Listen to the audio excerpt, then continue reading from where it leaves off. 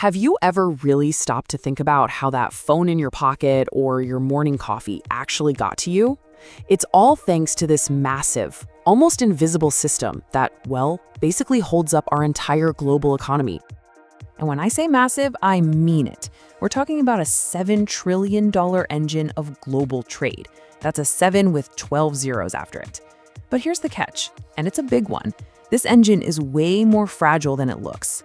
Just one little hiccup can send shockwaves across the entire planet. And that brings us to the real mystery we're diving into today. When a crisis inevitably hits, why do some companies seem to just bend and bounce back, while others completely fall apart? Well, the answer, in a word, is resilience. Now, I know what you're thinking. Resilience sounds like just another one of those corporate buzzwords, but it's not. It's something tangible, something you can actually measure, and most importantly, something you can build. It's really the difference between survival and failure in this crazy modern world. So to really get a handle on this, we've got to look at what happens when things go wrong. Let's take this kind of abstract idea of fragility and make it super, super real with some examples that, honestly, we all remember a little too well. I mean, remember the beginning of the pandemic? The empty shelves, the crazy shipping delays? That was basically a global stress test for every company on Earth. And that initial shock triggered this cascade of other failures, like the massive semiconductor shortage that followed. It really just pulled back the curtain and showed us how interconnected and how incredibly vulnerable everything truly is. And the cost of that vulnerability? It's just staggering. That semiconductor shortage alone ended up costing the auto industry over $200 billion. Think about that.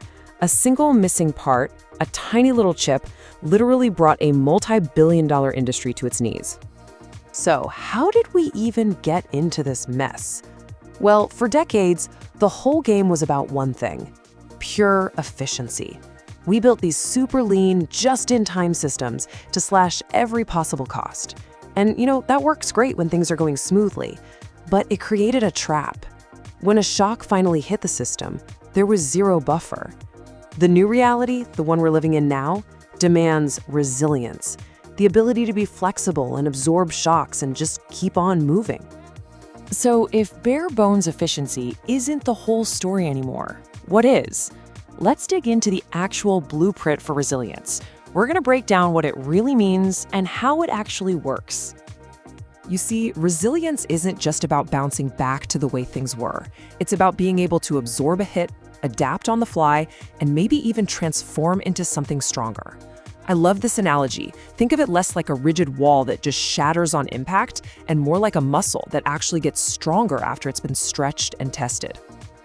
Now, researchers often break this muscle down into 4 key components, sometimes called the 4 Rs. First, you've got robustness. That's your initial defense against a shock. Then there's redundancy. That's your plan B, your plan C, and maybe even your plan D. Resourcefulness is all about creative problem solving in the moment. And finally, rapidity is how quickly you can get back on your feet.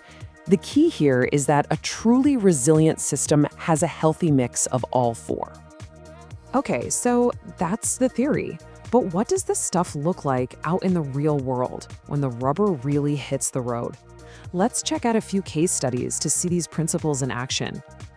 Let's go back to the auto industry.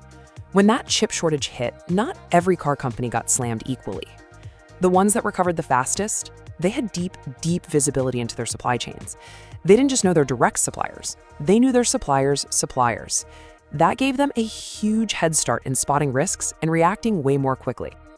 Or how about food logistics? During the lockdown, some grocery stores kept their shelves pretty well stocked while others were a mess. The difference maker was often diversified sourcing. The smart ones had flexible transportation contracts and, crucially, local backup suppliers ready to call on a moment's notice. They didn't just have robustness, they had redundancy baked right into their network. And this really gets to a key takeaway. There's a common misconception that resilience just means stockpiling more stuff in a warehouse. But it's not about having more inventory. It's about having more options, more choices for suppliers, for shipping routes, and for solutions when your main plan inevitably fails. Now for a really high-tech example, let's look at the pharmaceutical industry. where being resilient can literally be a matter of life and death. Some of these firms are using what they call digital twins, which are basically exact virtual copies of their entire supply network.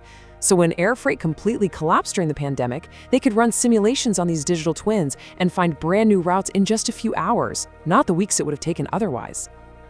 So you start to see a clear pattern emerging here, right? Resilience is really a mindset where redundancy meets intelligence. It's about diversifying pretty much everything: your suppliers, your data sources, and even how you make decisions. So where does all this leave us? I mean, the world isn't getting any less chaotic, that's for sure. Let's take a look at how this whole idea of resilience is evolving to meet the challenges that are definitely coming our way.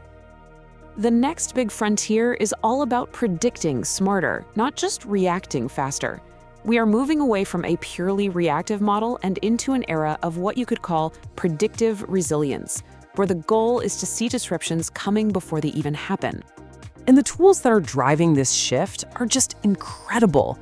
We're talking about AI that can forecast a raw material shortage months in advance, systems that can automatically reroute shipments away from a hurricane or a conflict zone, and get this, networks that can be stress tested for vulnerabilities, almost exactly how we stress test banks after a big financial crisis. But, and this is a really important but, technology is only half the equation. At the end of the day, no algorithm can replace human judgment. The most resilient systems out there will always be the ones that combine digital precision with human adaptability, with leaders who can communicate, coordinate, and make those tough calls when the pressure is on. So the lesson here is pretty clear. Resilience isn't something you can just wish for. It's a capability that you have to design and build day in and day out. The shocks will keep coming. The only real question is, what are we going to learn from them? Because the next disruption, it's already on its way. Will we be ready?